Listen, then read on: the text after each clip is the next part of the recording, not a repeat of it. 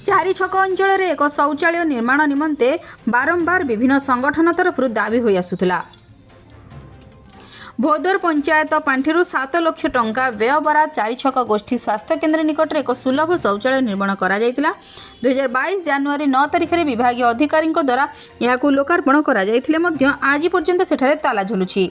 शौचालयटी खोला रहिले चारि छक डाक्तरखाना को चिकित्सा आसुवा रोगी और सहयोगी समेत यही बाट दे यातायात करुवा यात्री माने उपकृत हो पारते। वर्तमान यह गृहटी गछलतार परिपूर्ण होई सरीसृपंक चरा भूई पलटिछि। एठारे निशाड़ी यातायात सबुबले लगी रही। ए संपर्क में बारंबार स्थानीय सरपंच और बीडीओ को अभियोग होउथिले मध्य कौनसी सुफल मिल नथिबा अंचलवासी कहछन्ति।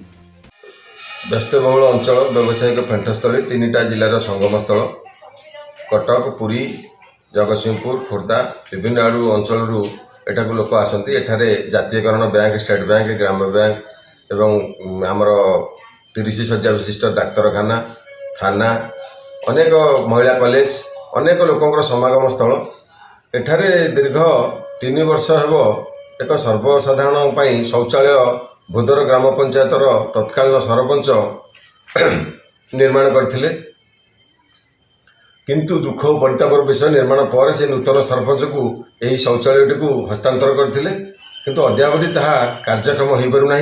जहाँफल विभिन्न काम आसुवा विभिन्न दफ्तर को आसुवा महिला माने एवं छात्र छात्री माने घोर असुविधार सम्मुखीन होती। शौचालयटे ना ए संपर्क में गत काली जिलापाल एक साक्षात्कार होता आम निमापड़ा ब्लॉक रे से एक दाबीपत्र दिखाई तुरंत ये शौचालयटे को कार्यक्षम करने अंचल बुद्धिजीवी माने महिला माने छात्री माने दाबी कर।